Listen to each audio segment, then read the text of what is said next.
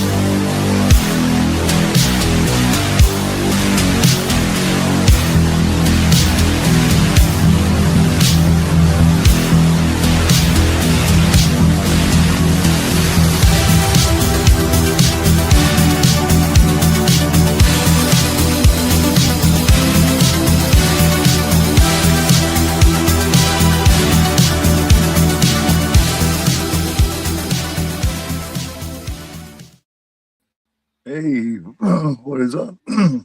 What's going on, man? Welcome. Welcome Yeah. everybody in the chat, and welcome Night to the show for the first time in a show that he usually doesn't do collections, man. I'm sure everybody's interested. I'm definitely intrigued, man. When I asked you to do it, I figured you'd be like, well, man, I don't really have a lot to collect, you know. But I remember hearing you say that you collected at one time, and you kind of quietly collect and have little things. So Yeah. very interested. I mean, I think that, in a perfect world, I'd collect tons of stuff. Right? Obviously, we can't get everything we want. But, I'd always loved collecting movies, even back in the day, DVDs and VHS and stuff like that. And I actually had to pare down a lot of my collection, but I've been lucky enough to do some other stuff, some other type of stuff for collections. And yeah, it's pretty cool. Although, listen, I'm gonna just say something. Like when you first told me about doing this, I was just like, man, you're like one of the kings of collectibles, man. I mean, you got a great collection of stuff, man. I collect like six different things. Well, no, I get up to eight now since I added vinyl and all that kind of stuff. But Yeah. in doing that, I've kind of had to slow down on movies. But I mean, I've got a few movies, so it's like I figured I had room to collect something else. You know what I mean? Yeah, But yeah, yeah. but welcome, man. It's great to have you, man. Just like always, it's good to see you, man. You seem to be doing good. You seem to be happy. Hell I yeah. can't I can't complain, man. I can't complain. And it's always good to get together and be able to talk some of our passions and stuff like that. So yeah, man, I appreciate the invite always. Yeah, my motto everything you collect or everything you own has some sort of a story just waiting to be unveiled. Yep. So that's about it's about talking about our stuff it's about our passions, because when you collect this passion, and anything you have with horror, like with us, there's a passion with it, there's a story with it, and there's a love for it. So Yep. Agreed. so Absolutely. I got like 5 or 6 things around here. There's no set number or anything like that. And it's anything. I mean, if you collect fucking used condoms, that would work too. I mean, that's not really what I want you to do, but hey, you know what I mean? Somebody's gonna be a guest on here and do something silly like that with you. I I knew right as I was saying that, I was like, why am I saying this? I There's some love it. interesting types in here. Yeah, there's some interesting types. You never can tell. You never can tell, Um, bro. all right, man. In the chat, we got Drake, got cinematic brain damage. What's going on, guys? Hey. Let's see. And a few other people not talking. Oh, Ninja, what's going on, Ninja? Ninja. And 5 others. Ooh, 5 others mysteriously not saying nothing. That's interesting. They could be driving. Yeah. Or just waiting. Yeah. That's true too. Waiting to pounce. All right, man. We'll go ahead and start with you, man. Guess Right. always first. All right. Well, this first thing, and again, there's not really a rhyme or reason to it. I'll probably leave like maybe my I don't want to say my best thing, but maybe my most dear thing, I'll leave that for last. But one thing that was really cool, and it actually was a big thing for the channel as well. I had been looking for something to kind of give a little bit of history for horror, and especially slashers. Slashers, as you know, is my favorite subgenre. So I've been looking around and I heard about this book. And so I found it and I got it, and I loved it so much. I got a copy of it for Coriander, and we actually used this for the channel for my Slasher Movie Club series, and it is the Teenage Slasher Handbook. And I kid you not, man, this book is absolutely awesome. I've checked it out from page 1 to the very last page. It has everything in it and more. Yeah. And the best part about it was, at the time, I just was looking at it more as not so much as a hobby item, but I just wanted to kind of see what else was out there. And through the Slasher Movie Club series, I mean, we're still doing it as much as we can every once in a while, probably like 150 episodes. And I would say at least 30%. And all the episodes were from this book. So what we did is we started right from the beginning, and we just let the book pick what our movie would be, whether we saw it or not, except for the big titles like Halloween, TC. Right. We didn't do those because we talked about those anyways. So, but this book took us down a really interesting path, man. I watched tons of movies that I hadn't seen since I was a little kid. Or not at all. Or not at all. Yeah, there were tons of movies like that, and it was just so cool because Coriander and myself, we had no idea where we were going to go week to week. We would look in the book, and there were still some that we still didn't do because maybe they weren't available easily to viewers. We wanted to make sure that the movie we talk about was at least available to viewers, so in case they wanted to watch it. But anyways, this book, it means a lot to me, and it means a lot to the channel, because that series was something that was really near and dear to our heart. So I had to talk about this. It's a great book. It really is a great read too. That is actually a very well known and very highly respected and loved book in the horror and in the slasher genre and subgenre. I have seen many people talk about it, and you know what I mean. It's highly regarded. I have not read it before, so it's been out a few years now. When I first got my channel going, I do believe some people were talking about it, and I've seen a lot of different videos. Like when you're first starting your channel and you're thinking about starting your channel, you watch a bunch of other people, right? I'm sure you did the same thing. You're always watching people and you're thinking about it, and you see stuff that they have, and that's when I seen it. Yeah. So that is very cool. What's like one in there that you hadn't seen before that's probably your favorite or one of your favorites that you've never seen before up to that point? Well, You know, that's a really tough question, and it's funny that you asked me that. Of all of my friends, you asking this, because in this book we found this movie that you also told me we had to watch, and you said it was awesome and this and that, and we had it set up for an episode, and I'm like, I never heard of this movie, I've never seen it. It's taking place in the woods. How do I not know this movie? And that's Just Before Dawn. Oh yeah. Oh and yeah. and I remember we were setting this up and you and I were talking, and I think I either had mentioned it or asked you about slashers that you know, would really recommend. But anyways, long story short, and I think you might have heard this story a couple times, but I'll just say it here. We watched a movie late on a Friday night because we would do our episodes on Monday. So we'd always watch, you know, Friday, Saturday, or Sunday. It was really late. We had a long day, you know, the kids were doing their thing, and we just weren't in the moment. You know what I'm saying? Like we were Yeah. about a half hour in. And I said to Coriander, I said, you know what? Let's take a pause. Let's get some sleep. Let's check this out tomorrow when we're feeling, you know, energized. Yeah. We watched it the next day. It was like night and day for both of Yeah. us, which was Yeah. that's the thing that was interesting. Both of us were like, "Oh my god, this is an absolutely amazing early 80s slasher."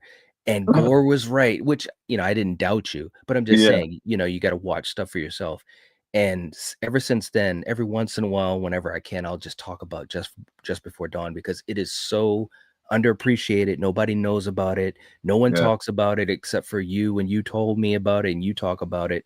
But that was one of the biggest surprises and the biggest gems, not only, you know, for the series Slasher Movie Club, but in this book. And plus, you know, getting that Yeah. recommendation from a good friend. So that I would say Just Before Dawn.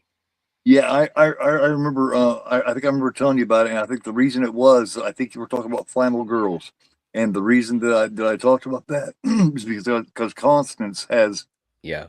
just this great, like, you know, her boyfriend is, you know, he's pussed out over here crying and whining. She goes over Yeah. here and takes care of that dude herself. You know what I mean? She's Right. in these Right. tight shorts. She's barely dressed. She's about this big around, and she Yeah. says, "Wham!" And just right down there and kills this dude. You know, Yeah. I always said that relationship didn't last another 6 months. You know what I mean? I just Mhm. don't see it happening. Right. She's never going to respect him the same way. I mean, you know what No, I mean? Because he she didn't even can't. try. He laid there Yeah. and watched, you know, Cowering. crushing the girl. You know, Yep. She- you know, she's like, "That's okay, baby. You just lay there and whine. I'm gonna take care of him for us." You know, that's so Oh. creative. The way they did that, I remember seeing that as a kid, saying, "That is awesome, man." Yeah. Yeah, I'd And never she seen anything like that before or since. Yeah. She's never talked about, you know what I mean? No. It's just so eerie because, you know, you got that whistle they blow and stuff, and you see Mhm. one of them, and then there's next thing you know, there's another one on the other side, and you're like, "Holy shit, there's twins," you know what I mean? Yeah. Yeah. So, for those who haven't seen it, I'll stop there before I get excited and tell them all about the movie. But yeah, I'm glad you guys enjoyed it. I'm glad you guys didn't try to finish it through that first night and decide you didn't like it. Yeah. Because Yeah. I made that mistake with Late Night with the Devil. I watched it the Mhm. first time, and I was about half awake, and I was dozing. I probably missed a whole third or more of the movie. And after that, Yeah. I was like, man, you know, because everybody talks so big about it. I was like, man, that ain't nothing. Ain't no good. But JT told me, he said, man, you got to watch it again. And I said, Mhm. everybody that I respect their opinion was talking about how good it was. I Yeah. said, I Yeah. got to do this again. The second time I watched it, I said, oh, okay. It's not one of my favorites still, but I do like it a lot now. So, Yeah. Yeah, yeah. This movie really taught me that not only obviously just as a, you know, watching films, but obviously when you're doing something for content, because it just showed me that you can have a totally different mindset. I mean, I kid you not, that first night she looked at me and she's like, "I thought this was supposed to be good." I'm like, "Yeah, it's supposed to be." And I'm like, "Yeah, you know." I said, "Well, why don't we'll wrap it up for tonight and let's try it tomorrow." And it's so funny because both of us, not even 20 minutes into it, we're like, "I'm digging the vibe, I'm digging the atmosphere." And I was oh, like, yeah. "This is a totally different experience." So yeah, it taught me a lot, just about knowing yourself and see Yeah. things. If you want to check something out and have an honest opinion, make sure that you're, you know, ready to do it. You're not tired or you're not super hungry or stressed or whatever, you know? my credibility was this close to being shattered there for a minute. You guys are thinking, man, I don't know. Nah. I still would have been like, you know your stuff. And that's funny because Jason, Ninja watched it, and he did like a 20-second review, on the 20 on the short vids, and he said, Mhm. it's pretty good, but he disagreed that he didn't think it was nearly as good as what I said. So, you know, Oh, so I'm glad you guys didn't feel the same way too. Then I'd have been going, man, maybe it's not.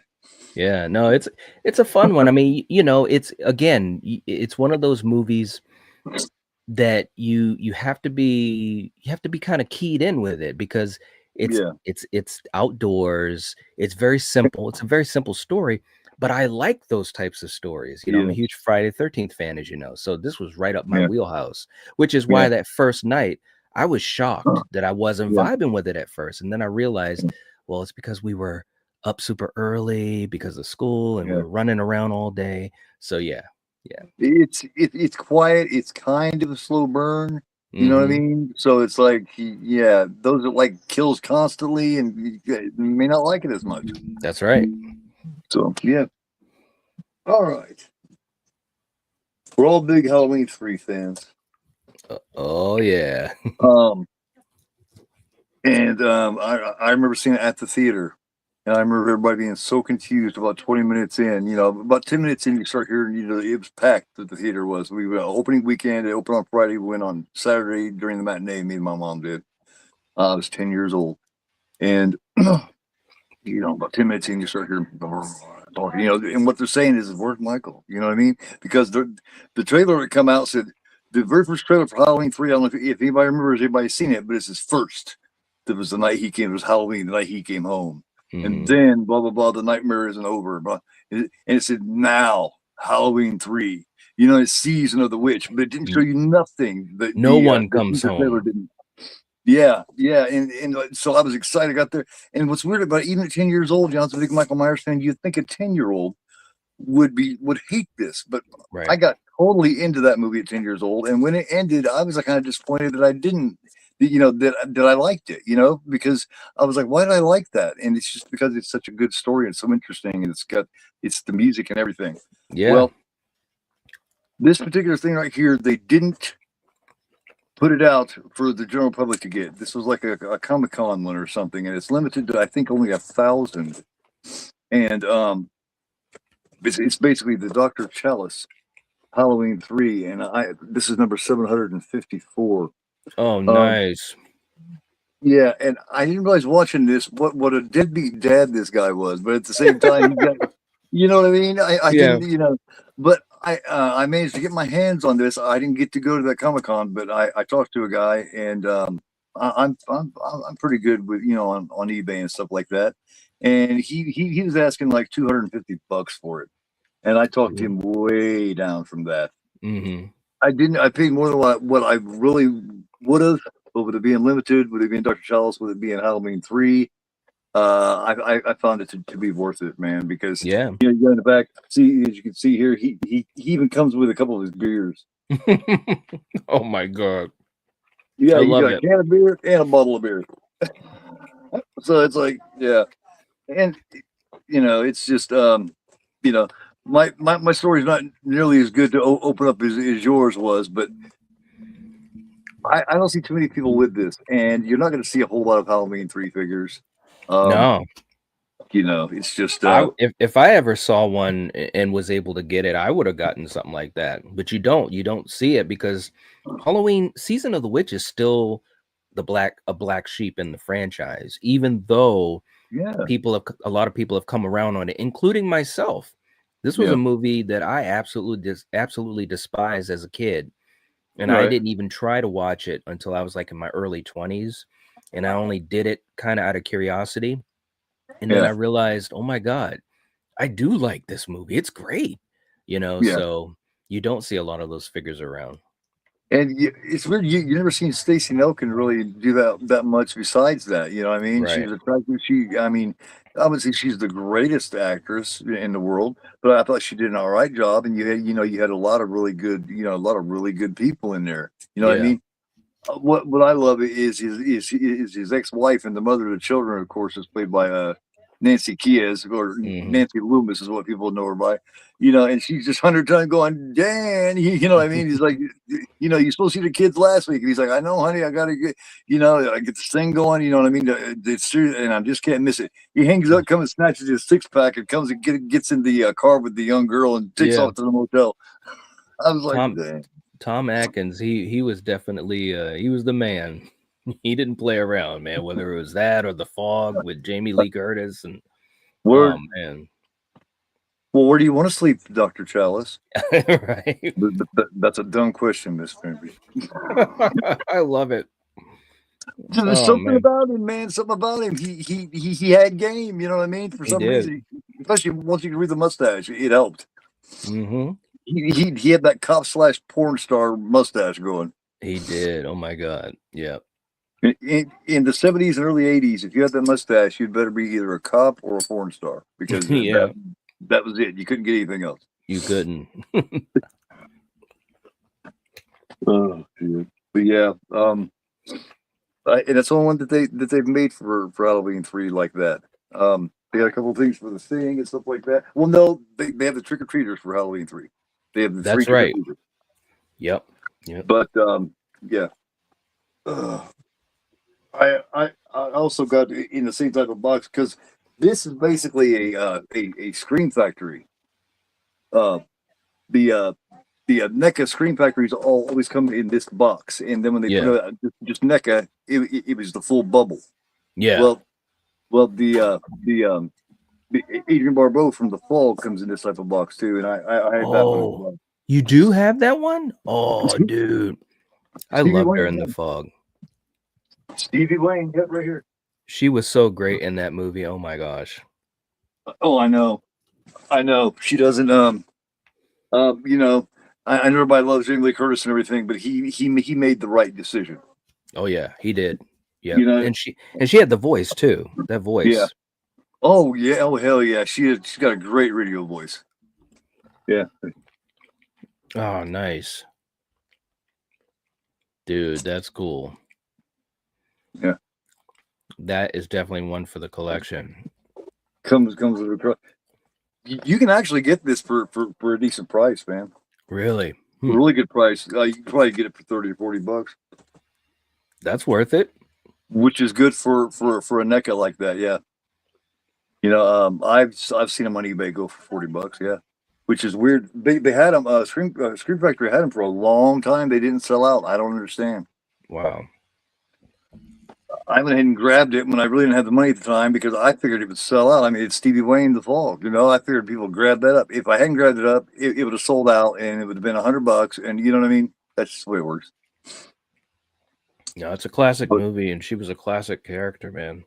I've got the Blake too. They have a Stevie Wayne and they have a Blake, and the eyes light up red. Oh, cool. That's cool, man. Blake's been out for years, and I've got as far as Carpenter, I have a Carpenter line over there. It's the Thing, the monster, the Thing, the full. Well, it's the dog monster thing. It's, cool. It's the Kurt Russell from the Thing. It's the three trick or treaters. It's Snake Plissken. It's Blake. It's Chalice, and it's Stevie Wayne. And then my Halloween stuff is in a different section. It's in its own spot. Yeah. Halloween has its own category. It's got to, right? Yeah.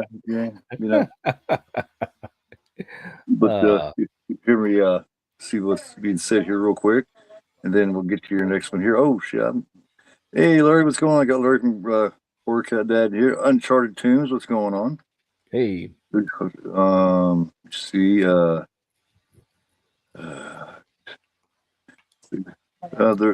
just having a conversation. Excellent. That's cool. Now I have one of the Night of the Creeps ones. I have the dream sequence Night of the Creeps. Tom Atkins figure where he's in the white suit and has the drink. Yeah. I don't have the original one. Mai Tai. It's one of the few ones I don't have, but I do have the one of him in the white suit. Yeah, that was a great movie too. I love Night of the Creeps. Yeah, But drink less condoms. Well, hey, I'm just, and Cinematic Brain Damage said, I'd love to see a Knight's used Magnum collection. Oh damn, okay. That would be a different type of video. Yeah, well, yeah. Val's U 2023. What's this? Val's U. Well, hey, what's up, Val's U? I don't think I've been here yet. Oh, hey, Val. Is this Val? Mm-hmm. Val? Oh, okay. Hey, Val, what's going on? You don't come to see me unless Night's here, Val. Blucka, what's going on, Blucka? Dang it, Val. Val's like one of the nicest people I've ever met on here, man. Yep. She's a sweetheart. Awesome. She always buys like 10 memberships per episode. If there's people on your show that's not getting a membership, she gets it for them. She's like, you're gonna have it. So yeah, she's awesome. Yeah, she's a sweetheart. That's one thing about your chat and your group of people that's known it all this time, man. Is you see assortment of the nicest, most polite, just courteous people, and I think which is really cool. You don't get that on everybody's chat and channel. Yeah, no, it's true. It's really you just gotta be thankful for it, because like you said, you never know. I mean, being online, you're kind of in the bullseye, so to speak. So yeah, we've been lucky. Just like out of all the live, I've done probably 300, at least probably close to 300 live streams, and I've only had probably like 3 trolls that whole time. So that's not bad. Not at all. Only had to block out about 3 people. So yeah, knock on wood. That's really good. So all right, man. Your next thing. Well, now that since you brought out that that awesome figure, it's interesting because I have one too. Now listen, cool. It wasn't planned that way, but I'm a huge Michael Myers fan. Mm-hmm. So as soon as this came out, I just wanted to get it because it just looked so cool. So my next thing, we got our Michael Myers Halloween Kills figure, NECA figure. And it is still in the box. Hopefully you'll be able to see it without the glare. Oh yeah. And I mean, he's got all of his stuff. That's got the head that he made into a jack-o'-lantern in there, doesn't it? I think so. Yeah.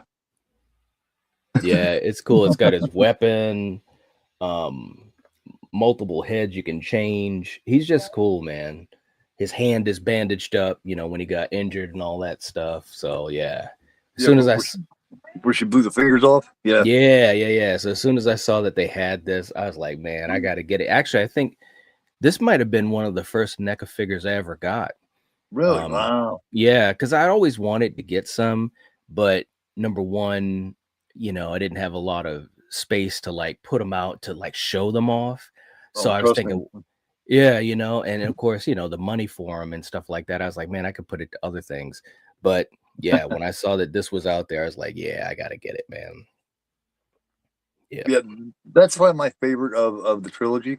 Well, I think one of my favorite parts in it. Of course, I don't like the Evil Dies Tonight thing. I think that's the thing about that trilogy is they just overstate so many things that it kind of becomes cringy. Right. But in that one of my favorite parts is when he's in there and he's killing the older couple, and he stabs the guy, and he looks over and sees the knife block, and he keeps grabbing the knife there and stabbing the guy with him. Yeah. I was like, that's cool. He was just a hellion in that one, man. He was, man. And James Drew Courtney, gosh, man, he just really like, and I love Michael as a character. I love the franchise, the blemishes and all.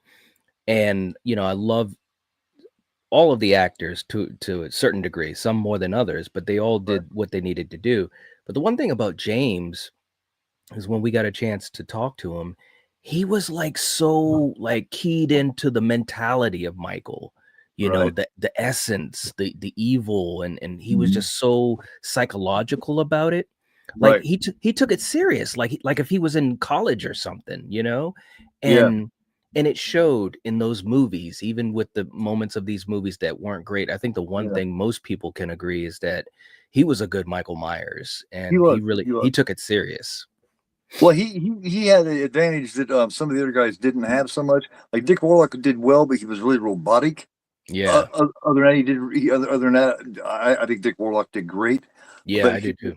but DJ Courtney, he got the advantage of being able to hang out on the set and prior to making it with Carpenter, with Yep. Nick Castle, Yep. and that right there, he picked the brain. You know what I mean? Oh yeah. And you can feel that. You can feel that he definitely did. Yeah. Because Yeah. he does most of it. I don't think Nick Castle did very much, maybe a couple of scenes, Yeah. basically his cameo, and I think just to kind of give him direction. And he obviously has a passion for it too, which helped. So yeah, Yeah.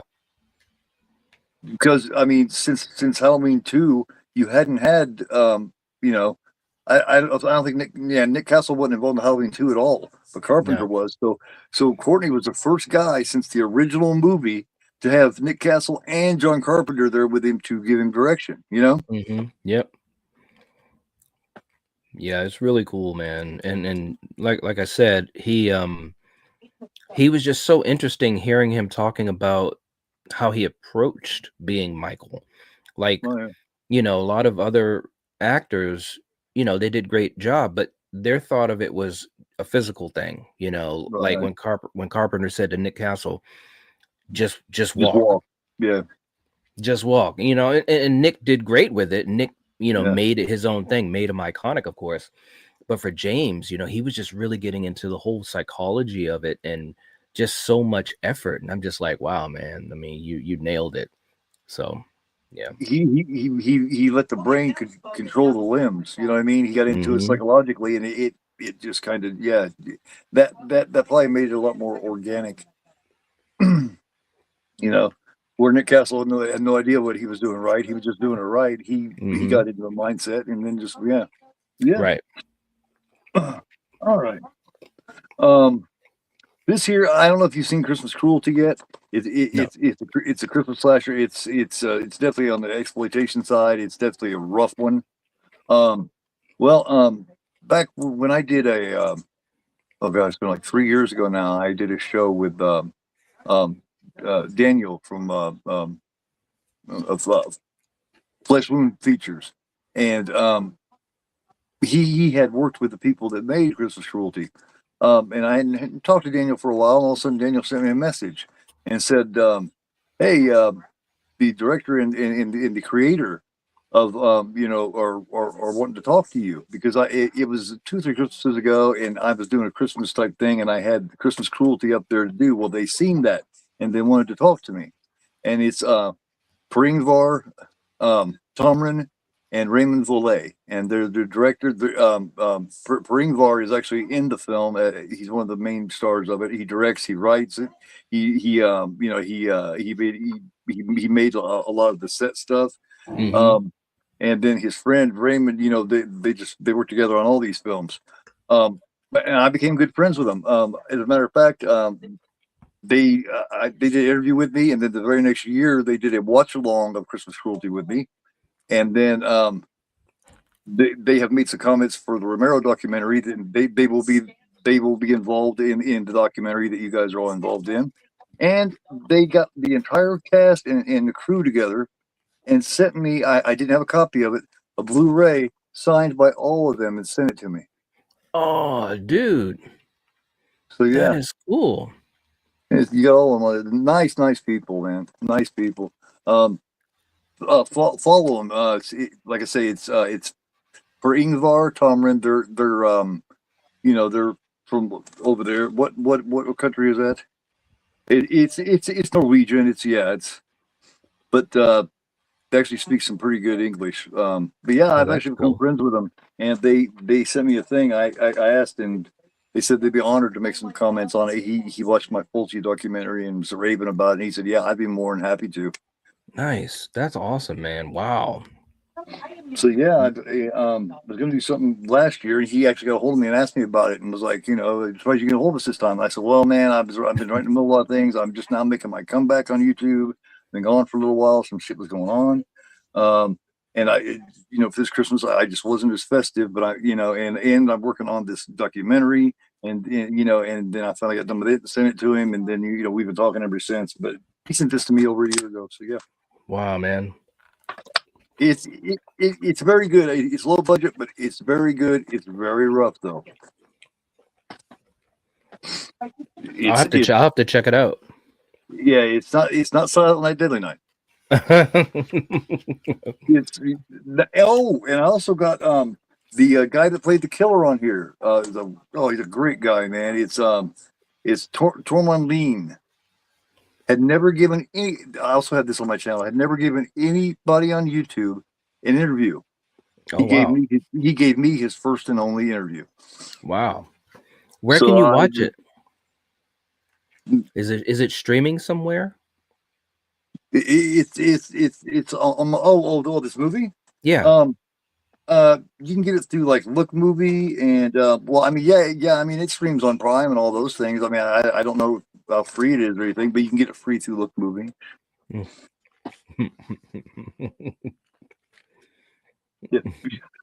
But yeah, I was shocked. He doesn't speak any English, so they had a friend of theirs. This chick, she's a friend, and she she just relayed back and forth. She was over there, and she just kind of and it was really cool. Really nice guy. This guy, he plays such a brutal, horrible, nasty, despicable, perverted killer. And they said he is so sweet. Pringvar, as a matter of fact, is really good friends with him, and he comes over like every Sunday. They go to Pringvar's mom's, and they have Sunday dinner. Oh wow! And and here he is. So here he is. This guy's great with your mom, and he helps his mom cook and all this different kind of stuff, and helps her clean up afterwards. And then you see him in this movie. You hear that, and you see him in this movie, and you're like, wow. Yep, that's how it is. A lot of times, these folks that play these characters, they're just so nice. Like they are. I've encountered that so many times. Like if I get a chance to like at a con or something, it's crazy. It's crazy. It's on Tubi, Chris says. Okay. Hey, Synth, what's going on? We've had Synth, we've had Chris join since then. Welcome. Appreciate it. I have introduced that movie a couple years back when I did that. I introduced that movie to a whole new crowd. A bunch of different people hadn't seen it, watched it. I did the same thing with Just Before Dawn, and Humongous was another one that I always talked about that everybody needed to watch. That's right. Where did you hear about Christmas Cruelty? Through Flesh Moon Features, as a matter of fact. One of the guys he has on there, one of the guys that Daniel had on there with him. I don't really talk to those guys much anymore, but I used to back then. Daniel's on the video that I have that has the biggest amount of views. It's got like 160,000 views. And he's on there with me, and we're talking about, of all things, the I Spit on Your Grave. It's my biggest video. Go figure. But yeah, that's what I heard about it. I was checking out their channel, and they were doing like a Christmas where they were ranking all the Christmas horror movies, like their top 5 favorites, and they all had it on there. But this one particular guy had it at number 1. It was his favorite Christmas slasher. And I was like, Christmas Cruelty. That sounds messed up. And they kept talking about how rough it is, and you know how I am. I like the exploitation side, so and that's how. So that's pretty cool, man.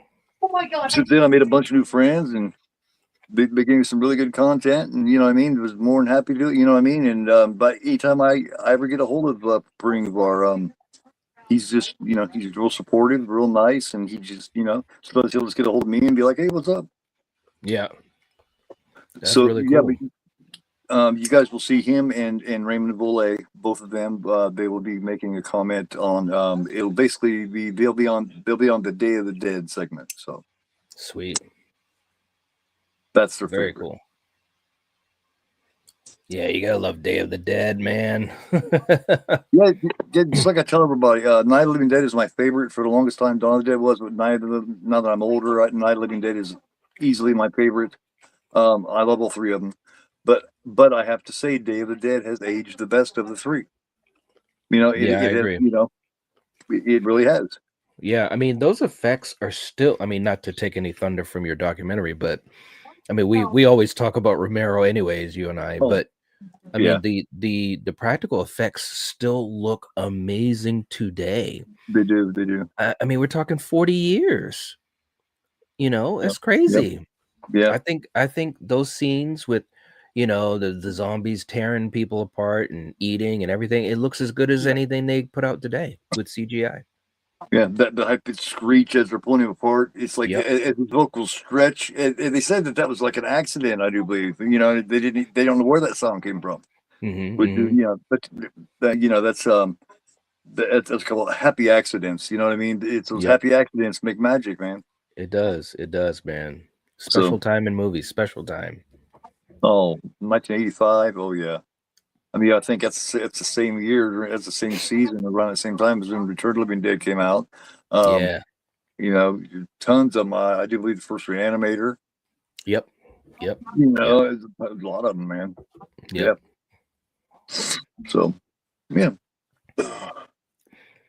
Well, for me, my next thing, it's kind of like a two-part thing, and you knew I had to do. I don't know. I mean, to me, it's great stuff, but Friday 13th is my favorite franchise. It's the franchise that got me into horror. Um, you know, I can't tell you how many copies of some of the Friday the 13th movies I have. Easily 6 or Yeah. 7 of some of them. But when I got a chance to get this, Yes, I showed that last week. man, I'm telling you, I saw this and I was just like, get the hell out of here. This is so cool. You know, it's got you can, you know, feel it, and it just comes off and everything.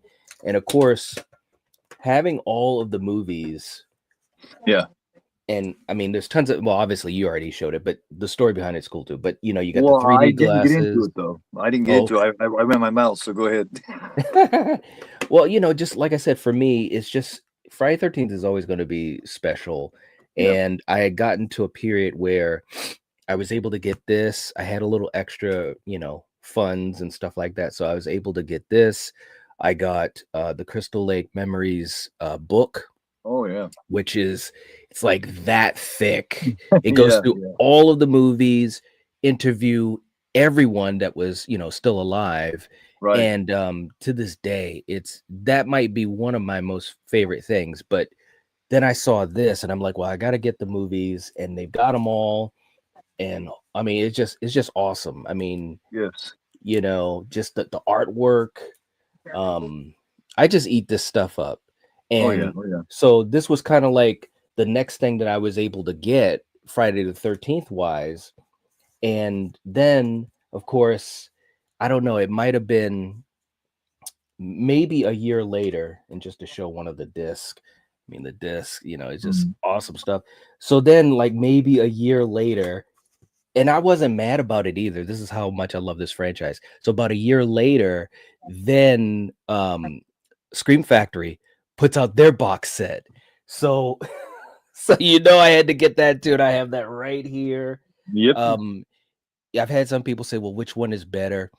Look, it's Friday 13th. I love it all. But I will say the Scream Factory box set, it's got cool artwork on the Yeah, it does. box.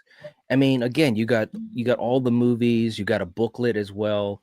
I mean, I Yeah. eat this stuff up, man. Every time I watch a Friday 13th movie, which I'm always watching them, Yes. you know, these are the things I grab. You know, Yeah. it's absolutely cool. So this was kind of a cheat. It's more than one thing, but it's all kind of related because I got them Oh hey, around the yeah. same time. So yeah. Yeah. That's weird. The story behind that tin box. As a matter of fact, I haven't put it. I haven't put it away yet. Yeah, there you Um. go. Um. Yeah. The story behind that is when I got mine is was when they that thing prior to Scream Factory announcing their set was run. People were wanting $400 or $500 for that thing, Yep. for that tin set. Yep. But when they announced the Scream Factory one, there was several sellers on eBay. They had it put out there for sale, and one particular seller had that for $65, and Oh. it's still got the stuff in it, still in the plastic. Here, it's even still got the card. Yep. I still got. Hey, look, you're so Look, funny, man. I got my card too. look, the 3D glasses, everything are still in the plastic. They have never been opened. Yeah. Yeah. Yeah. It's got the see that's the patch. Yep. And then do you still have that thing? Yep. I still got it. So for $65, I knew I was going to get the Scream Factory one. Yep. But I said, man, I can't turn that down because this is just a cool ass set, man. It is, man. And like, and again, and that is the Scream Factory set. It was so cool. And so Coriander's birthday was coming up. And I said, man, I got to get one for her too. Because she's a huge Friday 13th fan too. And then I said, you know what? I got to get one for my brother. So I got my brother Killian. So all three of us, and when we would talk Friday 13th or do something channel wise together, all three of us have the Scream Factory box set. In this house, there are 2 of these sets. Yeah. So it's like, it's absolutely crazy. Sometimes I'll sit back and think about it. I'll be like, man, it's kind of crazy to, double dip, triple dip, quadruple dip. Oh, yeah. But again, we just love these movies so much, and it's really about the nostalgia and the memories, So yeah. And the cool thing about the Scream Factory set is it has a lot of the footage too, because you know how they cut all, especially like 5 and on, 5, 6, and especially 7. Yep. They cut them so bad. It has a lot of that footage in there. Right. Some of it they couldn't find, but they put a lot of that stuff. Just like they put some stuff that doesn't have sound, just some extra stuff that the Paramount set didn't have. That's So right. Scream Factory really went out of their way to. That's why it took it so long to come out. Yeah. They worked on that thing for like 2 years before they finally come out because they wanted to make sure they had all that stuff. They did a phenomenal job, and I heard about how they were basically running out of them, like it wasn't being manufactured anymore, or whatever. And I was just like, man, I'm glad I got 2 of them in this house, man. I'm just glad I got it because it's such for a Friday the 13th fan, or if you're an 80s slasher fan, you gotta have it. You got to, Yeah. I was such a fan that I pre-ordered the Scream Factory one, seen that one for $65, and I said, I'll take that, sir. Thank you. I got it. Hell yeah, absolutely, man. Let me see. I'm kind of switch gears a little bit. Okay. I'll mention when I was a kid. When I was like, I must have been 5 or 6 years old. I didn't realize their heyday had passed them. I'll switch over to music now for just a minute. Okay. I didn't realize their heyday had passed them. I was 6 years old, and when you're 6 years old and you see this band back in about 78, 79, it just blew your mind. And you guys probably know who I'm talking about right now. The band is like, oh my God, who are these for? And it's like you never see anything like, especially if you're a little kid like that. Here was I was 5, 6 years old, and I fell in love with them. I didn't realize that they were crumbling and falling apart, that was the end of their run. Here I was listening to their albums and everything and digging them, and they weren't even hardly together anymore. Well, I stayed a fan. And when I decided to go vinyl and started listening to vinyl and get a record player and start playing vinyls again, I just went looking around for stuff. And this guy just passed away a few months ago. Before that happened, I managed to get a copy of this with his autograph on it. Oh man, Ace Frehley, yeah. Ace. I got this. See what I paid for this? I paid $60 for it. Now this vinyl goes about 30 or 40. That autograph is worth a lot more than that all by itself. Then it has certificate and everything. It's got a certificate and everything. I don't know how much it would be worth now, but I already had the album. See, I had the deluxe, and this is the 2-album set, and it's got extra stuff with it. So, but this is just the regular 1-up, but with his he's my favorite member. He always has been. Man, I'm so glad I grabbed that when I did. Just to get that for that price, man, is just crazy. It is crazy, especially now. They wanted like 80. I'm good at talking them down. I got a pretty good reputation on there, and I just, a lot of people say about a lot of bad things about eBay, and eBay can be bad. It's like scalper central. There's a lot of vultures on there, but if you know where to go, who to deal with. You need to find collectors. If you find collectors on there, you can get good deals. You want to stay away from the scalpers, and when you find good sellers, you want to stick with them. and kind of branch off from them and find other good sellers. Just stay away Right. from the scalpers because but yeah. Yeah, I didn't realize by 79 or so they was about done because in 1980 Peter Criss left the band, and then like 82 Ace Frehley left the band. Then they took off the makeup and were extremely lame for many years. I mean, come on, let's face the facts. Yep. When they decided to go glam and wear pink and all and pastel colors and all this, I was like, oh my God. Then they reunited in 96 and screwed it up all over again. Yep. But when you're a little kid, you know, especially around that time, late 70s, you're a little kid and you see them, you're like, oh my God, that's cool. You Right. Yep. It's true. Because they're much more than a band, you know. Like I knew even as a 6, 7 year old, you know, as I liked them a couple years later, 7, 8 years old, even, I realized that a lot of their songs weren't exactly the greatest. You know, they have some great music, but they also have some shitty music in between. You know, their Mhm. B-sides aren't exactly great a lot of times. So a lot of their success did come with that stage show and that look and just the persona. Yep. The aura that they had. Yeah. Oh well, yeah. I mean, you know, not even Alice Cooper and them look like that. You know. Yep. Cool stuff, man. Cool stuff. Oh, cool. Tony Dangerous has got to see Kiss play Dodger Stadium. Oh, sweet. That must have been 96, 97 during the reunion tour, or was that the Psycho Circus tour? I finally got to see Kiss in 98 or 99 on the Psycho Circus tour with the original 4 members. Oh, Because wow. they had split. They completely broke up, and so they were split for like 15 years, and no one ever thought they'd get back together again. But I Yeah. don't know if you remember, but you remember the 4 of them reuniting and putting the makeup back on in the mid Yep. to late 90s. I That do that remember was that. that was a big thing, you know. Mm-hmm. Yeah, it's And like get back to the good stuff, you know. yeah, and Drake's mom,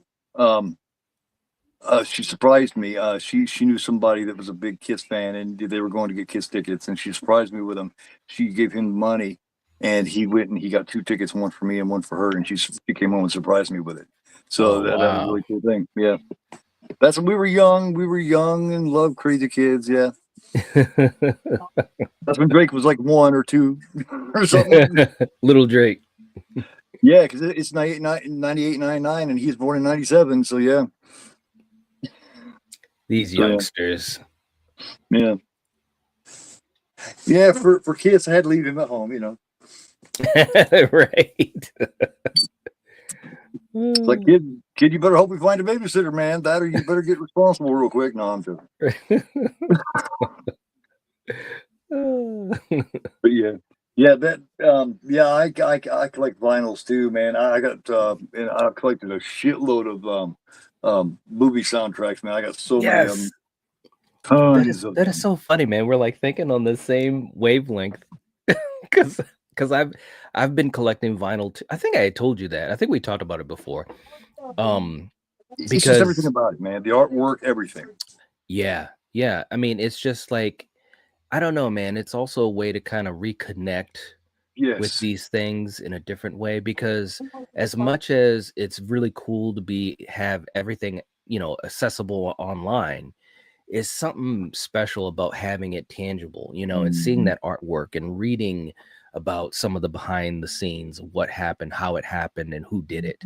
And it's funny because, well, I might as well go into my next thing, and it is vinyl. So Cool. like I hadn't listened to vinyl in like forever.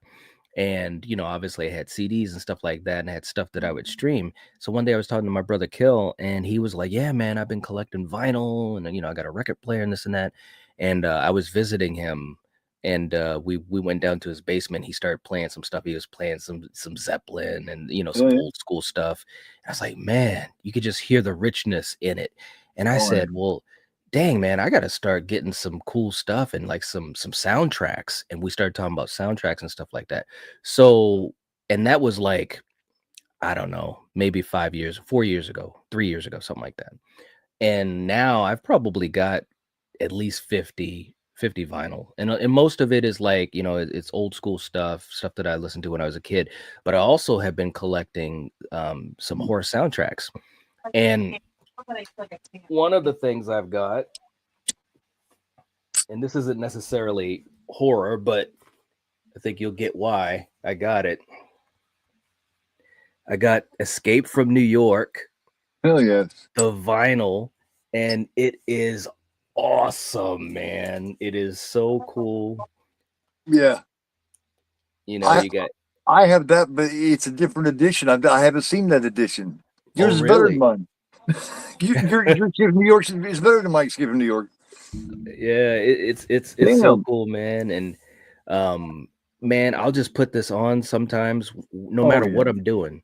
It is just such a good soundtrack. Carpenter, he was just vibing, and it pulls you into the movie right away. Yeah. It just slowly just right ding, ding, ding, ding. Just ding. See, because the first thing you hear is that the organ noise. Yeah. That. And by the time it kicks in and she starts talking about the prisoners, you're ready to go, man. Because it's that soundtrack. Yeah, man. There was a time when I would actually put that movie on at night before I would go to sleep, because a lot of times I would have to kind of get tired before falling asleep. So I would put it on in the bedroom. It is just it's an awesome movie, and it gets you into that atmosphere. You know what I mean? It's so cool. And another thing that you should check out is Carpenter had gone on tour, because obviously he's done a lot of stuff music wise in these last several years. And I saw this concert performance he did of a couple of his famous tracks, including this one.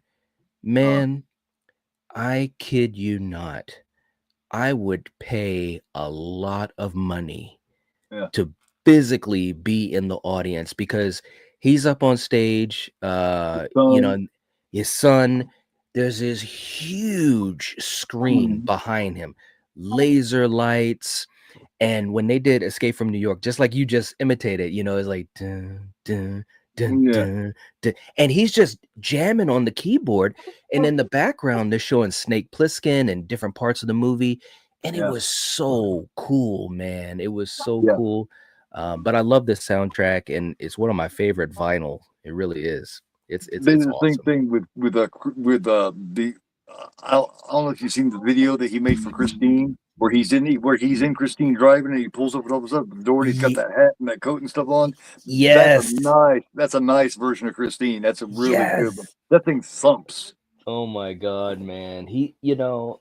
I'm so happy for him, because I think with movies he got to the point where he was just kind of fed up with the machine. You know what I'm saying? He really did not. He didn't get what he should have gotten or what he wanted out of Hollywood. And I'm sure there's a lot of people. I'm not trying to say boo-hoo John Carpenter, because obviously he's got a great career. But I'm just saying, for him personally, I think he was kind of just really dejected from all that. But I think with music, he was able to express himself in that way and have fun with it, and he could still celebrate his great filmography with all of these fans. So I'm just glad he's also been able to do music. I've got his albums. They're awesome. It's like, well, he was a musician first. You know what I mean? His dad taught him on the bongos and stuff. And then he learned how to play so it's like, hell yeah. He's that's why he just said, with Halloween and with Assault on Precinct 13 and everything, which is another one of my favorite scores of his, is Assault on Precinct 13. That's another one that gets you ready for it. He just decided, and that's one of the smartest things he ever did, was do it himself. Like, that's why when I met Phil, from Phil's Creepy Vids, up to 2 or 3 years ago, it's like 3 years ago, is when I told him that he was talking about Carpenter scores, and he mentioned the Thing, and I was like, well, that Marconi does that, right? And Phil was like, Carpenter doesn't do that, and I was like, no, man, that's not Carpenter. I said, but what Marconi did is he channeled his inner Carpenter. He obviously listened to a lot of Carpenter, and he made it, because up until I was probably 35 years old, I thought Carpenter did that soundtrack. I know it sounds so much like something that he would do, you Yeah, know. Yeah, I'm, but I'm shocked Phil Ennio didn't did a know great that job. because Yeah. Phil. What it was a simple thing that Phil just didn't check into it because he just assumed it was because it sounds Yep. like a carpenter, Yep. Yep. just like me. You know what I mean? Yep. Um, Ennio did a great job on The Thing. It's um, funny because, when I think of Carpenter films and most of them just have amazing music, The Thing is very high on my list. Music-wise, I mean, movie-wise as well, of course, but mhm. soundtrack-wise, The Thing is super high on my list for Carpenter movies, but of course, like you said, Carpenter didn't do it, so it's Right. interesting. It really is interesting. I think from front to back, here, which is right here, from front to back, I think my favorite Carpenter score, front to back, Yeah, is I the got Fog. that too. I've This got is that hard. too. This is the hardest one to get. People Yep. want a lot of money for this thing nowadays, Yep. and this is badass. It is by far the best. And it starts out with John Houseman, Yep. and he's doing the thing. I It's loved it. 11:55. Yep. Yep. He was perfect for that scene, man. His Yeah. voice, the way that he told the story. Man, The Fog is so underrated. I love The Fog, man. From front to back, I think that is probably the best, most atmospheric soundtrack he has. He has a lot of really great ones, singles, but this whole thing sounds like every song sounds like the original song, but a variation of it. It's just really cool. Yeah. And Yeah. this album plays all, it's not a bunch of extra. It plays all the movie music. You're like all the different stuff, Yep. like the music of them busting through Andy's door to come in. Yep. You got Yep. all that music in there. Yep. When they're trying to start the truck, you can hear that because that really tense music. And he's going, "Come on, come on!" And she's grinding until she can find him. Yep. You know, I love it. It's a great yeah. movie. It's a great soundtrack too, man. That's so funny, man, because I got that too. That's great. That's the best version of the Fog, and it goes really high now. My son, he's 19 now. Drake's younger brother got this for me for Christmas 2 Christmases ago. Nice. That's awesome, man. Yeah, he knows what they know what I love. Yep. That's what it's all about. That wasn't the one I was going to show. That was a bonus, guys. That was a bonus. Play danger and don't compress. And don't compress is what I meant. Yeah. Hey. Mm-hmm. It's Popius Pat Smear. What's going on? Been a minute since I've seen you. How you doing? Hopefully you're doing good. Hey, look, Nightwatch Zone's in chat. Hey, good to see you. 10 years ago, yeah. They don't need us, man. They're having a hell of a conversation over there. Mm-hmm. All right, now this next thing it's very cool. I wanted it so bad. I didn't get it when it first came out. Arrow was releasing it, and it was from one of my favorite slashers anyway. And it's just so fun on every level, and that's Pieces. Get out. And it's this set. And look, let me show you what it's got. Yes, it's a recreation of the box. It comes with the limited edition, the Blu-ray and all that. Nice. So you got that there with the booklet, and passes the see. It's got here. It's a warning. You will see the movie Pieces cannot be revealed. See, it talks all about it. That's one of the. Wow. And look what's over here. Okay, I can't say all of it, but there's the puzzle. Yeah. Yeah. Here The is the puzzle. unopened puzzle. Get And out. something else that came with this, which is really cool, was unopened when I got it, but I had to open it and listen to it. Is the soundtrack. Oh man, that is so cool. This thing was so expensive for a long time. Oh, check this out. Check out this artwork. Oh, yep. And I ended up getting this whole set here for $150, which was really cheap, because people were asking $300, $400, $500 for it. But Wow. everything was unopened. I mean, the box had been opened, but the puzzle was unopened. The movie was unopened. The record was unopened. Nice. So and I've left the puzzle together. I almost gave everybody something to see here a minute ago, but yeah, little things like that. I like to go back. Things that I've seen was really expensive at one time. I like to go back every once in a while. and just check it out and see if it still is, because you find stuff like that Friday the 13th set, or like Yeah. this, or like the Chalice figure. And if you get the right people that aren't greedy, which I think is one of the worst human, you know, attributes, you know what I mean, that you could have, is greed. I think it's one of the worst things a person could have. To Yep. me, out of all the deadlies, greed connects to every one of them. Yep. I agree. So it's not that I would want to get on there and rip them off or get less than what it's worth.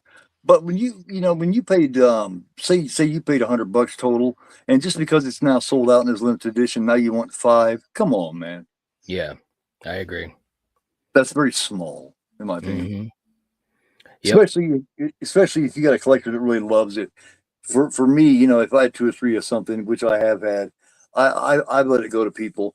And I paid, it's understandable to, if you paid $40-$50, yeah, 60, 70 maybe, that's understandable. Mm-hmm. Whatever, it's out of print now. But when you're talking about tripling your money, get the fuck out of here, man. Right. Yeah. Yeah. Be a decent person, Mm-hmm. So there's mine. Oh, fuck you, man.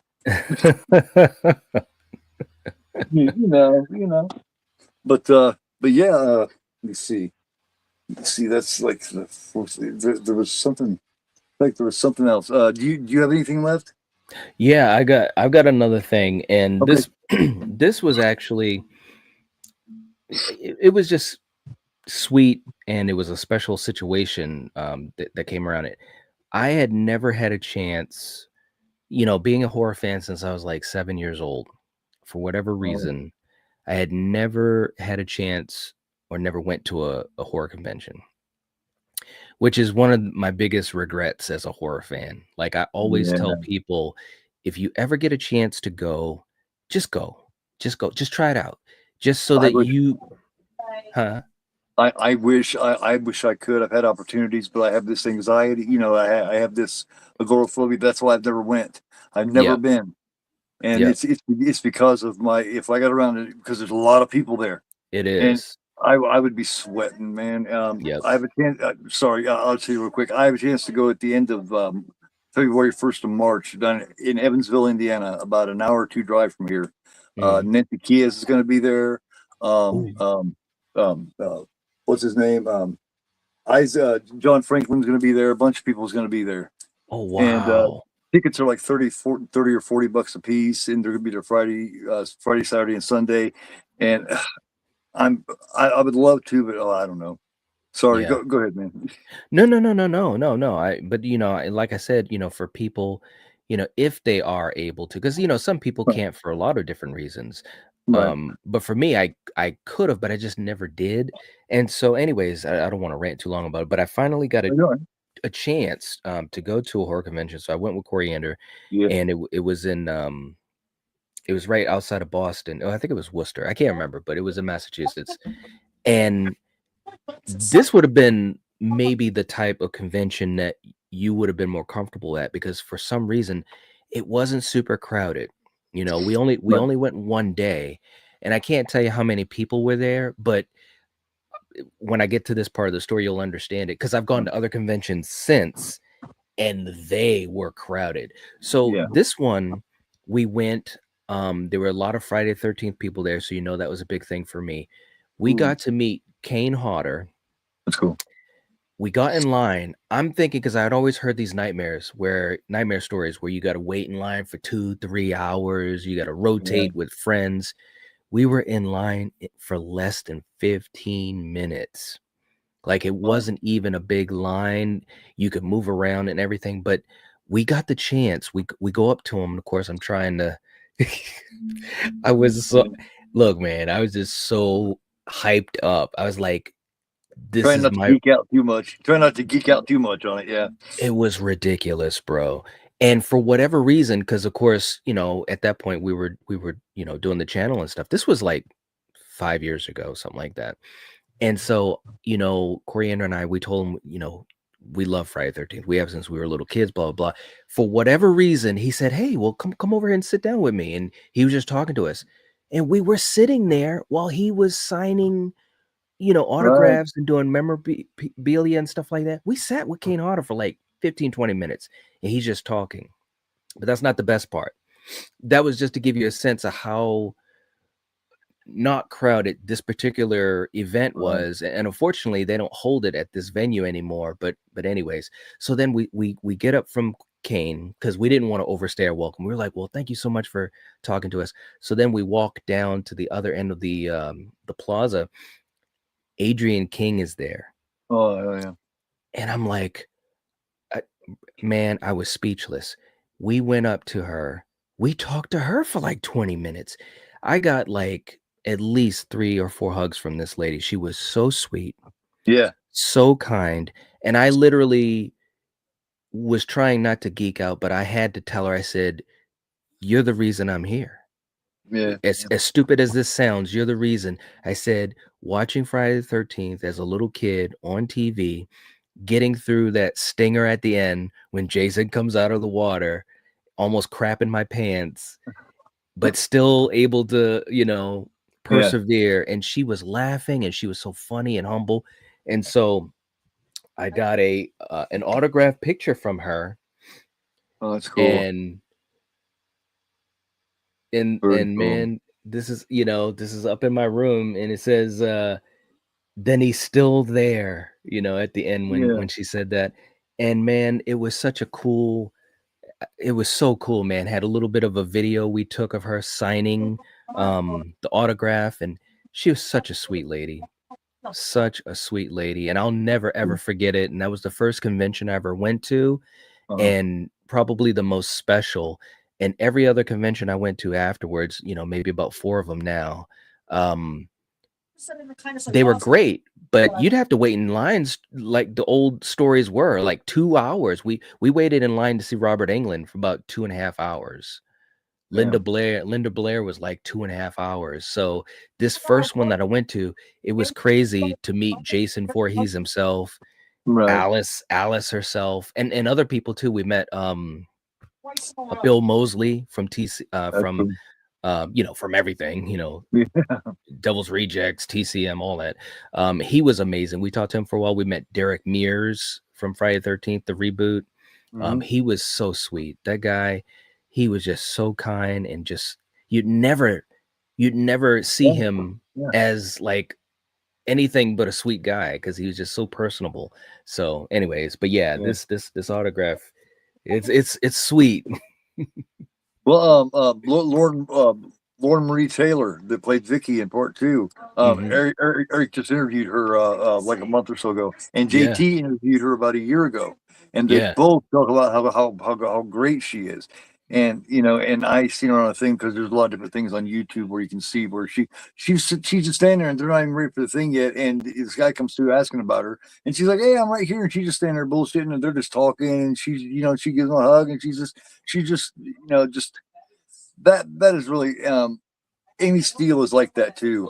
She goes to a lot of them that Adrian King goes to now. They'll yeah, go them two and Dana Kimmel. Those three, because the final girls of the first three, they yeah. they're usually at all the same conventions now. And Hmm. something I found funny about Amy Steele is that she kind of when she got the bad advice from her her agent and shit back in the day, and she didn't do Friday the 13th Part 3, and it changed a lot Yep. of shit for her. She decided to go back to school and and she is now a psychologist, a family psychologist. And what was she studying to be? A In the movie. psychologist in Friday the 13th Part 2. I thought that was so cool. Yeah, And yeah. her daughter looks just like her. She does. It's It's, uncanny. Her daughter looks just it's crazy, man. I'm gonna tell you what though, and I've said this many times on live streams or when people have asked me, Amy Steele is on my bucket list. Like, if I ever get a chance to meet her, I'm gonna literally explode, because oh my she God, yeah. yeah, Yeah, yeah. of course, she's by far my favorite final girl. Mm-hmm. and Mm-hmm. and that includes everybody from every movie. You know what I Yep. mean? She was the first one to really care enough to want to know about what was going on with the killer and why they did it. She actually cared about Jason. She heard Yep. that story and it stuck with her. When they were sitting around the fire, Mm-hmm. she heard that story and it stuck with her the rest of the movie. And she's even said she can't even party and get a good buzz on having a couple of drinks with her friends because she's so locked into this. Yep. You know what I mean? Yep. and she was the first like final girl in a slasher like that, and really no one else after that was quite the same. She Hmm. just she cared about what happened to him, Yep. you know, and it's like right after that he desperately tries to kill her, but she just cared, and her final girl role, the whole role was just written really well Yeah. to made her more than just a chick in a slasher movie. You know, Absolutely. Yep. so much more to that character, and she did such a good job with it. Yep. Yep. Yeah. Too She's bad she got amazing. bad advice. Too I bad she got that know. bad advice, you know, because I mean, look at what we could have had with her. I You know. know, I know. I mean, we got April Fool's Day after that, but that's about it. That's all. Yep. It's crazy. So yeah, let's see what we got here. This little Nicky Marconetti. Let me see. Since says I have a similar story, but it was Helen Mirren. It's so Ooh. cool when the actors take that time to make the fans day like that. Yeah, a lot of people don't know. Anybody who hasn't seen Caligula, Helen Mirren is in that. That's her earlier career with her and Malcolm Mhm. McDowell. That's one hell of a movie. Let me see. Gore, do you listen to your vinyls or just save? I listen to them, brother. Yeah. Well, they're all open. You know, I don't have any that's sealed, man. You know, you wouldn't believe what I got down here, man. As a matter of fact, I have a video that I did like 3 or 4 months ago. I've gotten some since then, but it's all my horror soundtracks up to that point. It's like a half-hour long video. Hmm. So anybody hasn't seen it, go check it out, man. It shows my collection up to now. Night, Dawn, and Day, Friday the 13th Part 1, 2, and 3, Halloween, The Fog, you know, Christine, on and on and on, y'all. So definitely check it out if you want. Um, and I would probably do an up to date one here before too long. So yeah, let's see.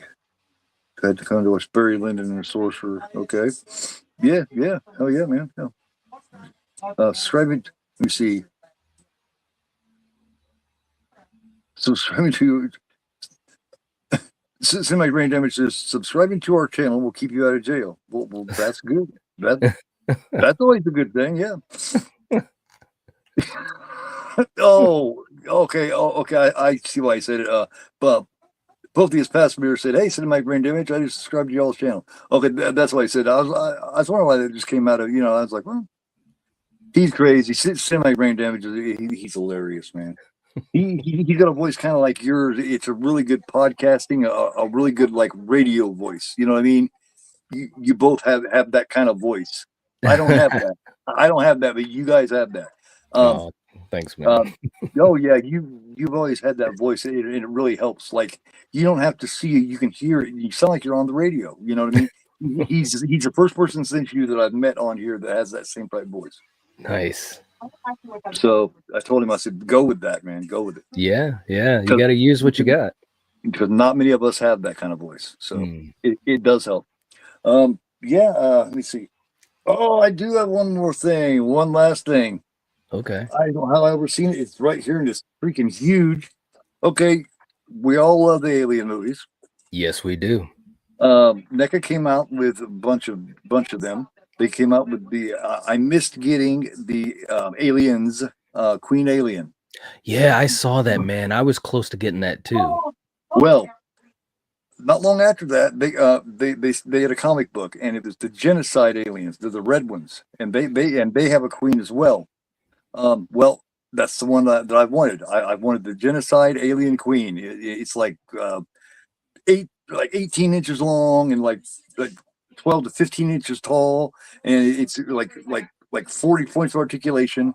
Well, I never got it because when it went out of print and it sold out, it was really expensive. Hmm. Well, a couple of Christmases ago, my fiance, the one I got with like 3 or 4 years ago, we are still engaged, everybody, in case anybody's wondering. She got me the Genocide Queen Alien. Oh, man. Yeah. That is awesome. Yeah. Oh, I love it. And it's, I've had a few people tell me, you should got the Aliens one. Well, I think this red one is badass, man. It And the is. articulation is incredible on it. And the tail even has the wire in it where you can bend it. Ooh. I had to take it out of the Wow. box and stand it up. I stood up over there with, I got almost every character from the first Alien, and I've got I got Michael Bean from the second one, and I got tons of aliens, predators. Actually, I probably got 15 aliens, and I Dang. shot like 20 or 30 predator figures. Wow. I've only got one Predator figure, but I definitely want to collect some more. Yeah. Yeah. Oh, they're really cool, man. They are really cool. I think it was last week I showed off my Spalding. I don't know if you've ever seen it, but it was signed by him on his last convention he did. It's the unopened Cult Classics Hall of Fame Ooh. Spalding, and it's signed by Sid Haig on his last convention he did. Ooh. Nice. That is cool. So Yeah. yeah, I wish I'd seen him got it, but I talked the guy down. This cost me $180, but it's after he passed away, and Yep. and it does have it is authentic. It is real. It's a real signature. Nice. That's a Beckett number. So yeah, I just wanted to show one more little thing off. I decided to do the show because one day I was looking around and I was like, man, I don't want to do a bunch of these videos for these things, man. Everybody does that. I want to do something different. I want to do Yeah. something where we could talk about it because everything has its story. I know I have a Mhm. story for everything, just about. And I thought, man, I could have unlimited amount of shows with all this crap. I Yep. got stories for everything throughout my life. At least the last couple decades almost. Mhm. Why not get with friends, see what their collection is, hear their stories, and I'll tell mine, and everybody can enjoy. Yeah. So, um, all right, man. What do you? I know you got tons of shit going on, man. What do you got coming up here soon? Oh man, just just so much stuff. I've been trying to I've just been working so much. Me and my brother, we've been doing some really cool stuff. We actually have been talking about some Mike Flanagan stuff. We've been talking Cool. about the fall of the House of Usher. And that's something that I had never really done on the channel, is like, with horror shows, kind of following it because it's episodic. So me and my brother, well, and Coriander too, we've been doing that, and we've got that on the podcast, and just always doing something, man. You know how it is. You said it perfectly when we were talking um, just the other day. The algorithm, it's crazy because one day, it can push things out to a certain amount, and then if you take off a week, Yeah. next thing you Yeah. know, it's like they don't know who you are anymore. It's like, bro, we've been doing this for years. Come on. So, Yeah. but I've been lucky because my work schedule has allowed me to do that. Yeah. So, yeah, but I'm still having fun, man. Like even tonight, like, just it's always fun talking this stuff with your friends, and of Oh course with, yeah. with people that enjoy it, that watch it. So as long as I'm having fun, man, I'm just gonna just keep on rolling, keep on rolling. Yeah, I'm having some. I do believe I'm having more fun right now. It's getting to the point right now that I'm at my peak of having fun. I found Mhm. what my true passion is here. I finally found what it is I really love doing, and it's throwing those documentaries together. Mhm. And I think I got a good knack for it. Yeah, So man. it's like, That Fulci you know, documentary, bro. Like I said, it was funny because when I watched it, um, it was kind of late at night and I was just kind of chilling out and stuff like that. So I'm watching it and I said, shit, man, I gotta I was watching it on my tablet. I was like, I gotta put this on the TV. And we've got like a 50-inch TV. So yeah, so Coriander was in the back of the house. I think she was putting the girls to bed or whatever. But anyways, she comes into the living room and it's got, everything going, and obviously all the cool stuff that you were intercutting, yeah. within it, within everyone talking. She's like, "What is this?" I'm like, "This is Gore's documentary. This is cool. It's Fulci." She's like, "Yeah, it's awesome." Man, I know how much time that takes and how much work and how much like back and forth you have to do. Like I But said to you yeah, personally, it was an awesome job, man. It thank you. really, Yeah, really was awesome. That I was the appreciate type of that. thing. Yeah, man, absolutely. That's the type of thing that, like, we'd be watching on TV, like Yeah, talking about something, the way you put it together and yeah. intercut it, the music and everything. It's a great job, bro. Thank you. Seriously. Thank you. Yeah. Yeah, I didn't even realize that I was doing that well with it until one day I noticed, and you know how you can put something together and then you go back and you watch it, and you'll find a bunch of things you need to fix. Well, I did Yeah. that 2, 3, 4, 10, 12, 15, 30 times. And Yep. finally, there's like a 5-minute stretch or something. And I was like, so I'm going to pat myself on the back, but I think I've got something here. So, Mhm. you know what I mean? So I made like 10 minutes more of it. And then I made them all in different sections, and I eventually put them all together. Well, I had, it ended up being like almost an hour right on the dot by the time it was done. I have more footage to it that I'm not sure what I'm going to do with, but I'm thinking.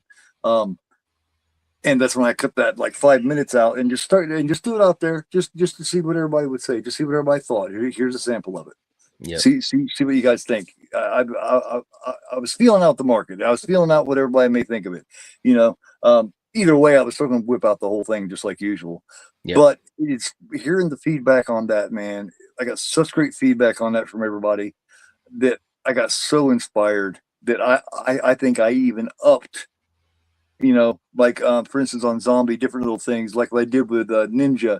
He's talking about, and in zombie movies. And why do I like zombie movies? It's the directing. It clicks into a part of it. It clicks back to him. The soundtrack. It clicks back to it.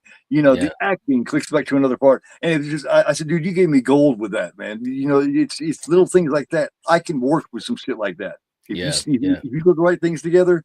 You know what I mean? I can stick it in there, and I did the same thing with Ben from Cadaver Club when he's talking about House about a Cemetery, and he's talking about when the guy comes in and looks at her, it's like, "What are you doing?" And he's I'm going to bed, and the whole time he's talking about it while that scene's going on. You know what I mean? It's just that's so much fun, man. Yeah, so much fun. That is so much fun. And this Romero one, I'm also going to do Toby Hooper. I'm going to do 70s exploitation. I'm doing horror from the year 1980. I got so many of them lined up. I'm gonna be doing these things for the next several years. There you go. And at the same time, coming up with other shows and stuff like this. I kind of had to get away to do the Fulci one, but I know what I'm doing now, so I don't have to stay laser focused on only that one thing. Right. It was such a confidence booster that now I know I can do other stuff and that too. Yeah. So and I'm. My time's really good. Like I could have that Fulci done in a couple of weeks probably, but it wouldn't have been the product that I turned out. Right. Because I didn't want to do it when I didn't feel like doing it or I wasn't feeling it. I don't do that unless I am feeling it. Yep. That's important, man. Yes. Because if you're not feeling it, it'll show. It cheapens the movies. It cheapens the artists. Right. They deserve our full attention. They deserve our full passion and attention. Yep. I agree. And I'm not making a dime off this. I was monetized. I shut my monetization off and all that kind of stuff because I know I couldn't be me. I'm a little rougher. YouTube would zap in on my ass and I wouldn't make a dime anyway with the content that I do because I'm not monetization friendly. So I just shut it off and said I'm going to do things my way because that's just I'm just a little rough around the edges. So it's all about passion, all that. I'm not, I don't got to worry about any of the money bullshit or anything, man. I can just focus in and just do that and do it for them, honoring them and their work. Right. Yep. So that's what it's all about, man. Yeah. But guys, tomorrow night at the same time, 7:00, I'll have my son Drake on, and it will be episode 4. Of the current series here. The first one I did. The first one was Jerry from Dawn of the Dead, and the second one was Larry the Horror Cat Dad, and I had, of course, had Night tonight. Tomorrow is Drake. On March 2nd, I will have Pugwall will be on with me. Other than that, man, I'm making this documentary. This Romero documentary be out the end of this month, the 1st of March, and then in April, it's the annual 8-man single elimination horror trivia tournament. Right here's the champion right here. We'll see what happens again. We'll see. I was surprised, man. I was as surprised as anyone else. I wasn't surprised, man. With all you guys, I would say a good at least 2/3 you guys had in there. I knew any of you on any given day could win it. So I wasn't surprised, man. I wasn't surprised. Rules are a little different this time, but it's still basically the same thing. But it's the ultimate horror trivia, the tournament 2. So yeah, it's got a sequel, and I'm gonna try to do this every April. So nice. Nice. So yeah, and that's what got happening. Other than that, this new show, and I'm back to doing some watches here and there. So yeah, Awesome stuff, man. See, got anybody else say anything here? Not totally sure. We were doing the screen commentary next up. Oh, okay. There's the hottest chicks in the horror countdown. Hottest chicks in the horror countdown. That sounds fun. Mm-hmm. That's always cool. Horror's got a lot of hot chicks. I'm not showing. Look at that.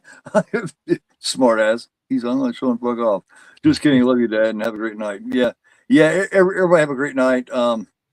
Thanks for stopping by. Much appreciated. Much love to all you guys, and much love to Unite. Thank you so much for coming by, man. I had a great time, like always. Always, And, man.